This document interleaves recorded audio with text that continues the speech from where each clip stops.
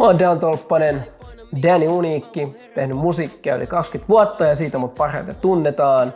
Mulla on oma levyyhtiö, Rähinä Records, yksi Suomen suurimmista indie-lafkoista ja sieltä aikanaan kapasiteettiyksikön kanssa hommat lähti liikenteeseen.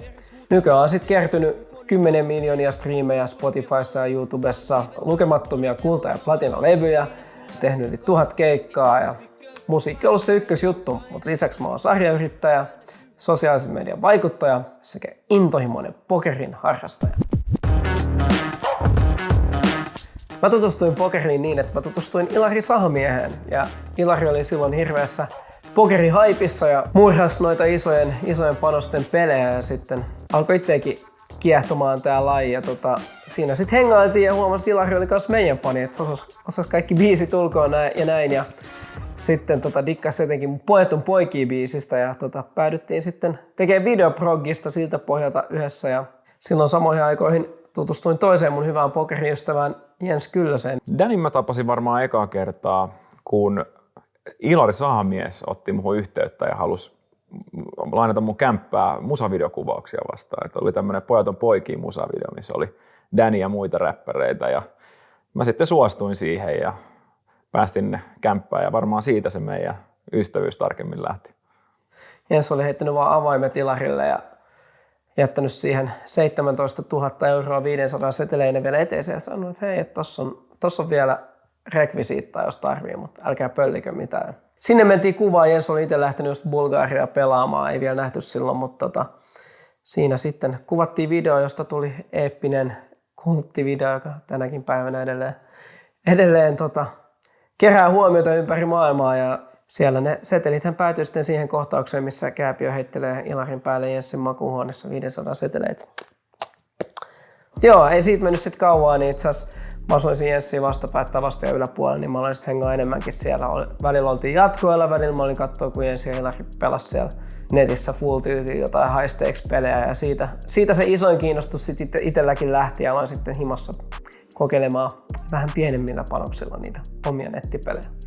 Hulluinta oli se, että siellä siirreltiin, niin kuin pojat saattoi siirtää toisille rahaa vaikka niin 100 tonnia tosta vaan.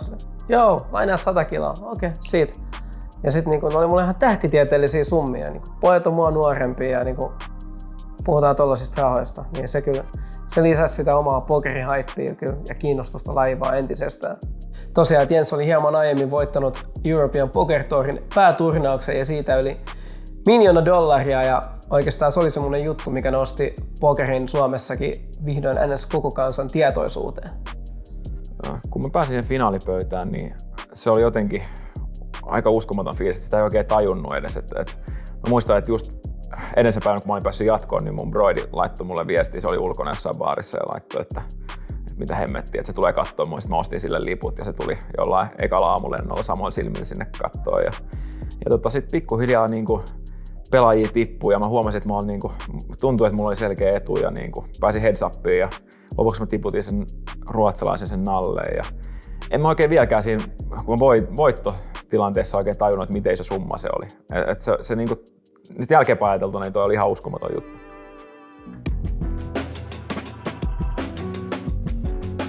Ja se julkisuusmylly oli aika erikoista aikaa, kun mä olin ihan tavallisesta perheestä ihan tavallinen tyyppi. Ja mä muistan vielä siellä Kööpenhaminassa, kun mä olin voittanut, niin joku äijä tuli sanoa mulle, että hei, mä haluan tarjota sulle limusiinikyyni sit Suomen kentältä himaa. Ja sitten mä sanoin, no mikä ettei, otetaan vastaavaa. Ja no tietenkin se oli varmaan tapa saada ne mediat ja mut yhdistymään, koska sitten mä tulin sen limusiinikyytiin, niin siellä oli Iltalehdet ja kaikki Ilta-Sanomat valmiina kyselemässä mulla juttuja. Vaikka suomalaiset pokeritähdet on tehnyt pokerilla miljoonia, ne on kuitenkin yleensä ihan tavallisia tyyppejä tavallisista perheistä. Tosi monet tämmöiset tavalliset kaduntalleet saattaisi rinnastaa sen, että ne on kuin jotain lottovoittajia, mutta se ei oikeasti voisi olla kauempana todellisuudesta. Syy miksi pokerissa jäät voitolle on, että sä et pelaa sitä suoraan kasinoa vastaan, vaan kasino tienaa siinä, että se ottaa vaan sen pienen reikin jokaisesta potista. Sun etu tulee siitä, että sä pelaat paremmin kuin se toinen vastustaja, se toinen pelaaja. Ja niin kauan kuin se toinen pelaaja on sua tarpeeksi paljon huonompi, niin sä jäät pitkässä juoksussa voitolle. Mä olen Helsingin Tapanilasta kotoisin. Meitä oli 4 lasta perheessä ja ilmeisesti kun mun äiti on kysynyt mut pienellä, että mikä musta tulee isona, niin mä oon vastannut, että miljonääri. Itse asiassa mä muistan, että pokeri alkoi sen takia, että mä olin lukiossa ja mä etin kaikkialta kesäduunia, mutta mä tekin varmaan 8 hakemusta, mutta en saanut mistään sitä. Ja sitten mä hakkasin sen yhden kesän kokonaan pelkkää pokeria. Aloitin ilmaisturnauksista. Sitten mä vaan voitin, oliko se $10 yhdestä semmosesta ja aloin pienimmistä peleistä kasvattaa sitä ylös. Ja luin vaan kaikki mahdolliset pokerikirjat, niitä oli varmaan 10, mitä mä onnistuin tilaan netistä. Yhtäkkiä mä huomasin, että mun tuntipalkka olikin parempi, mitä olisi ollut kesätöissä. Ja sitten jatkuvasti mä kehityin ja nostin tasoja ja tuntipalkka sen kun nousi ja nousi. Voittaminen jatkui ja numerot tilillä vaan kasvoi, mutta ei niitä oikein ajatellut silleen oikeana rahana. Että varmaan eka kertaa vasta tajus, että paljon rahaa oli tehnyt, kun mä ostin mun ekan kämpän, semmoisen kattohuoneiston kampista. Yllättävän nopeasti, niin kun mä onnistuin nousemaan tasoissa, että jälkeenpäin ajateltuna mä itsekin mietin, että miten se oikein oli mahdollista. Varmaan parissa vuodessa mä nousin niistä ihan ilmaispeleistä niin kuin maailman isoimpiin peleihin. Ja se oli outoa, koska niin kuin silloin, kun mä pelasin niitä pieniä, niin mä olin katsellut vaan telkkarista näitä Phil Iveyä ja Negranuja ja Antoniuksia sun muita. Ja yhtäkkiä mä olin haastamassa niiden omissa peleissä. Enkä vaan haastamassa, vaan jopa voittamassa niiltä rahaa. –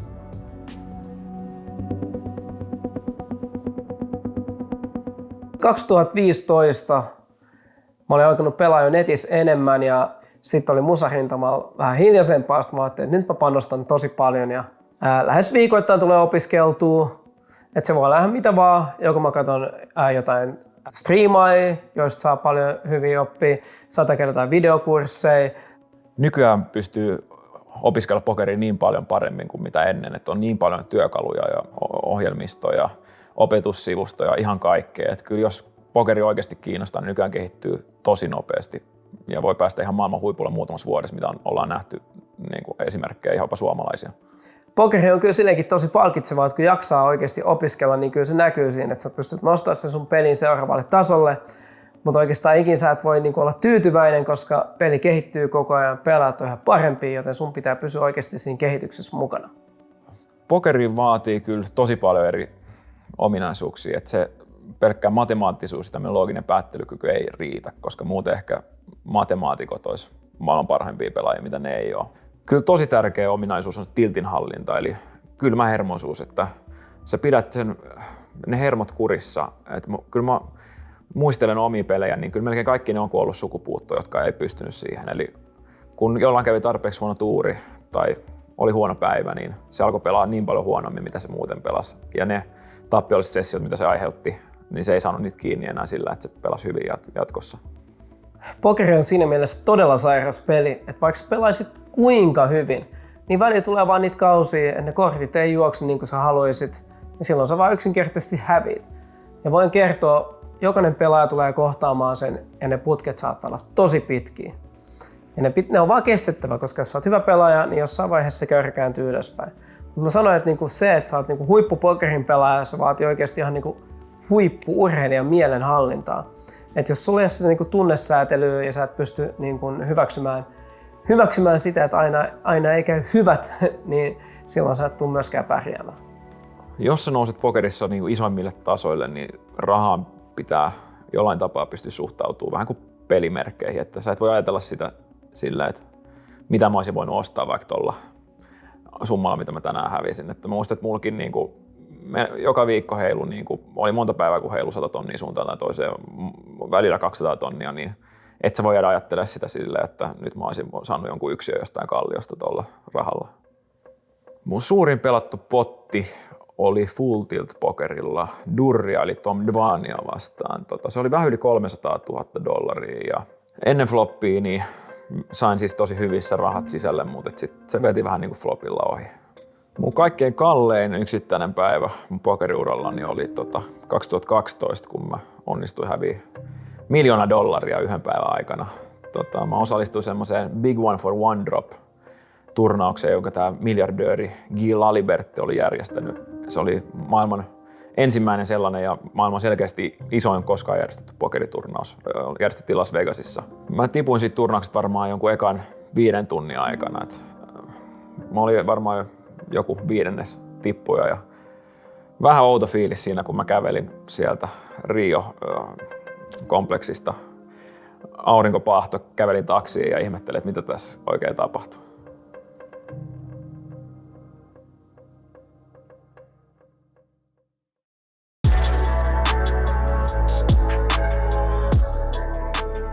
Suomalaisten pokerissa maailman eliittiä. Koko nettipokerin historian 20 vuoden ajan sieltä on aina löytynyt suomalaisia huippunimiä, kuten Patrik Antonius, Sami Kelopuro ja Jens. Tuskin mistään muualta maailmasta on tullut niin paljon huippupelaajia väkilukuun nähden kuin Suomesta. Sitä on monesti mietitty, että miksi just suomalaiset on pärjännyt niin hyvin pokerissa ihan maailmanluokan tasolla, koska loppujen lopuksi me ollaan aika pieni osa maailman populaatiota, mutta ehkä siinä on joitain pointteja ainakin, että suomalaiset on melko rationaalisia, meillä on hyvä koulutusjärjestelmä, me ei olla ehkä niin uskovaisia. Pokerissa se on niin kuin myrkkä, että sä et saa niin kuin ajatella, että Jumala tuo mulle nyt tämän seuraavan kortin pöytään, koska se tulee joka kerta niiden todennäköisyyksien mukaan kuitenkin. Kun mä aloin pelaamaan enemmän, ja etenkin livenä, kun mä alkoi näkyä tuolla Helsingin kasinoilla turnausviikoilla, musta tuntuu, että jengi katsoo eka maan vähän silleen alta kulmia, että mitä räppäri pokeripöydässä, että ihan paisti. Suomessa on kova taso, mutta mä aloin aika nopeasti suoriutumaan hyvin ja sain hyviä turnausrahastuksia ja näin. Ja sit yhtäkkiä monet niistä huippupelaajista mä huomasin, että niistä olikin tullut mun frendejä. Ja siis jengi ihan kommentoi, että hei, et sä ollutkaan yhtään niin huono kuin aluksi luultiin. Ja siitä tuli tosi hyvä fiilis ja nämä on niitä samoja tyyppejä, kenen kanssa me vielä tänä päivänäkin käydään läpi käsiä ja erilaisia strategioita. Danny on aina ollut mun lisäksi tämmönen meidän kaveriporukan tämmönen pokeri-intoilija. Ja mä muistan, että esimerkiksi oli tämmöisen meidän kaverin Spektiin polttarit ja oli varmaan, me oltiin jo pari päivää aika kovaa juhlittu ja sitten 3. päivänä niin kummallakin oli energia vähän lopussa, niin me livahdettiin mun huoneeseen grindaamaan skuuppeja. Jenssillä oli se 5 kilon versio turnauksesta ja mulla samasta tortissa se $55 versio. Se on kyllä siisti päästä näkemään tolleen, että kun vieressä yksi maailman kovimmista pelaajista pelaa ja avaa myöskin mulle sitä omaa ajatuksen juoksua, että siitä on saanut itsekin tosi paljon niin kuin lisää omaan peliinsä. Kyllä mä niin kuin uskon just, miksi Jens on yksi maailman parhaimpia, että se kun monesti nähnyt, kun hän on siinä vieressä, vaikka kävisi mikä biitti, olisi 100 000 potti tai muuta, niin et jotenkin se ottaa aina tosi rauhallisesti. Ikinä en ole nähnyt, että olisi paiskuttu mitään hiiriä tai muuta. Et siinä just tajuu, miten kylmäpäinen pitää olla ja että pärjää tuolla. Ehkä vaikea sanoa, että mikä loppujen lopuksi erottaa sen, joka pääsee niin kuin ihan huipulle verrattuna siihen, joka jämähtää jollekin vähän pienemmälle tasolle. Et mä uskon, että se on niin kuin kombinaatio noita kaikkia. Että sä oot vielä vähän lahjakkaampi, vähän ahkerampi, vähän parempi kuin ne muut. Ei ole ehkä semmoista yksittäistä tekijää. Jos olisi, niin mä olisin varmaan kyllä neuvonut mun kavereita ja nekin pärjäisi paljon paremmin. Se on vaan niin kuin, musta tuntuu, että se on joku semmoinen juttu. Varmaan lahjakkuus on loppujen lopuksi se, että semmoinen, mihin sä loppujen lopuksi et voi ihan liikaa itse vaikuttaa.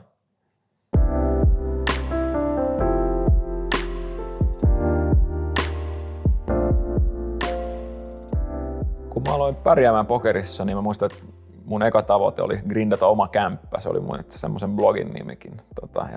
Sitten se tulikin yllättävän nopeasti, niin sit aina huomasi, että kyllä sitä aina 1-2 miljoonaa lisää tarvii. Ja aina keksii jotain uutta, mitä tarvii. Et ei se varmaan ikinä tule semmoinen raja vastaan, että mihin on tyytyväinen. World Series of Poker ranneke ei ole ikinä ollut niin korkealla mun prioriteeteissa, että mä oon aina enemmän kuin mä oon pelannut just niitä isoja käteispelejä vaan. Että tietenkin se on aina ollut takaraivosta, olisi se siisti voittaa semmoinen, mutta ei ollut mulle mitenkään super tärkeä asia. Mulla oli pikkuhiljaa alkanut kypsyä jo päätös pokerin lopettamisesta, että mä en ole niin lopettanut seinään, mutta mä olin miettinyt sitä ja vähän vähentänyt pelaamista, mutta silti mä päätin lähteä sinne kesällä Vegasiin, kun mä tykkään siitä kaupungista tosi paljon, että mä oon ollut siellä varmaan joku 6, ehkä jopa 7 kesää ja pelaan aina muutaman turnaukseen ja siellä on tosi siisti työkerhot ja ravintolat ja aurinko paistaa aina ja lämmin ja se on niinku, siellä on kaiken näköistä tehtävää, se on yksi mun lemppikaupunkeja. Se oli 25 tonnin sisäänoston High Roller Pot Limit Omaha, 4-päiväinen turnaus ja kyllähän siinä sitten taas kun finaalipöytään pääsi pitkästä aikaa alkoi jännittää, ei ole kyllä mitään niinku, tulee harva asia mieleen, mikä olisi yhtä siistiä kuin jonkun tommosen ison turnauksen finaalipöytä. Et kun sieltä tippuu yksi ihminen kerralla ja sä lähestyt sitä heads upia ja se on niinku, sitä on vaikea kuvailla sanoilla.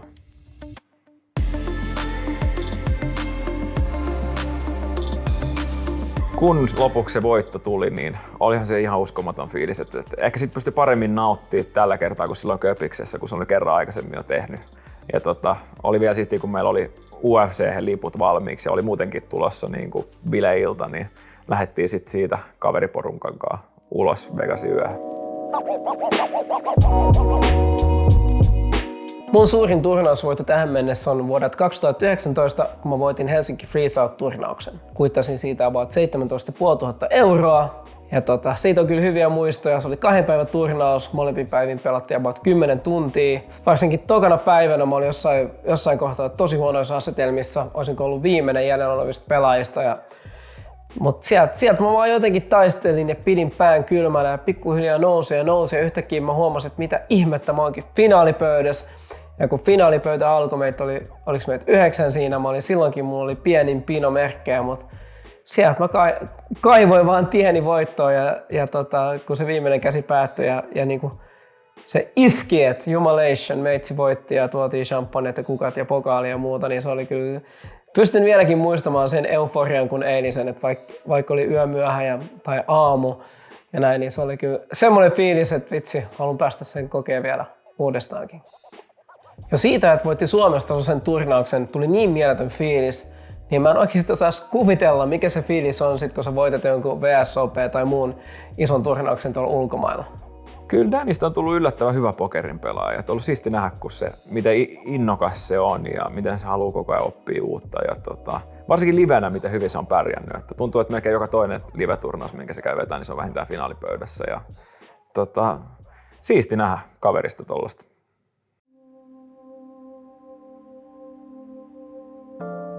Mä en tavallaan koe, että mä olisin joutunut luopumaan mistään pokerin takia, vaikka se vei niin iso osa mun elämästä ja se oli semmoista aamusta iltaan touhua. Ainoa mikä mulla oli jossain vaiheessa oli se, että olisi ollut ihan mielenkiintoista ehkä käydä opiskelemaan jotain jossain.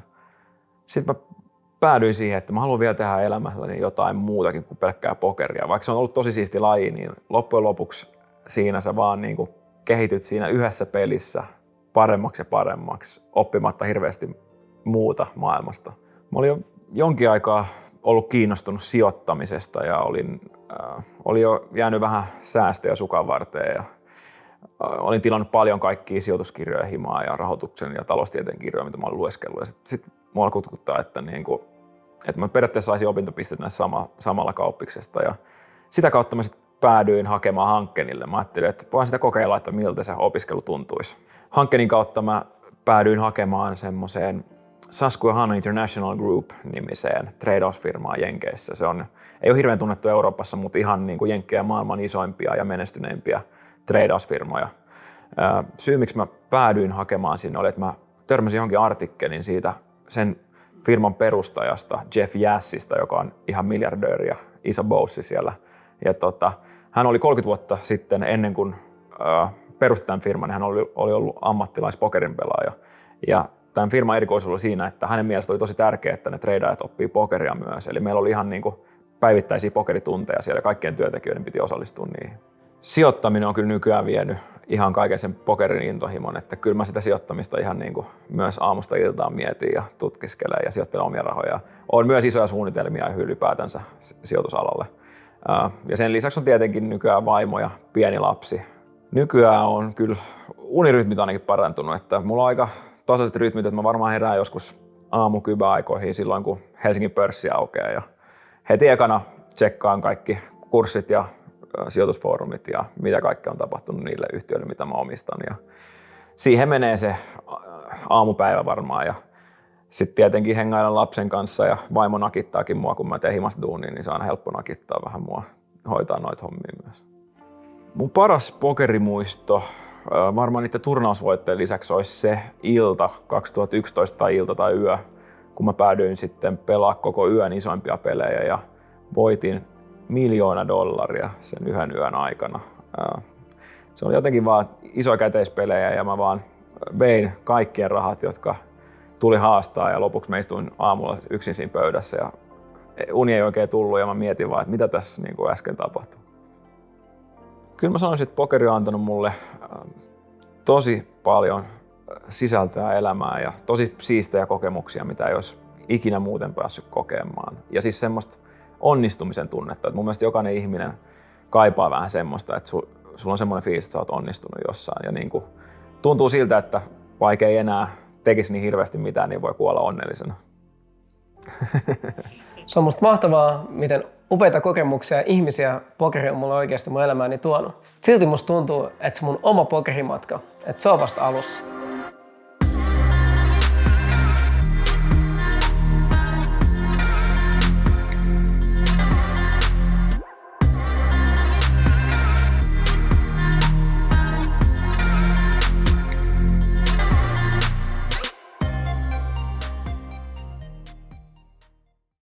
Seuraavassa jaksossa.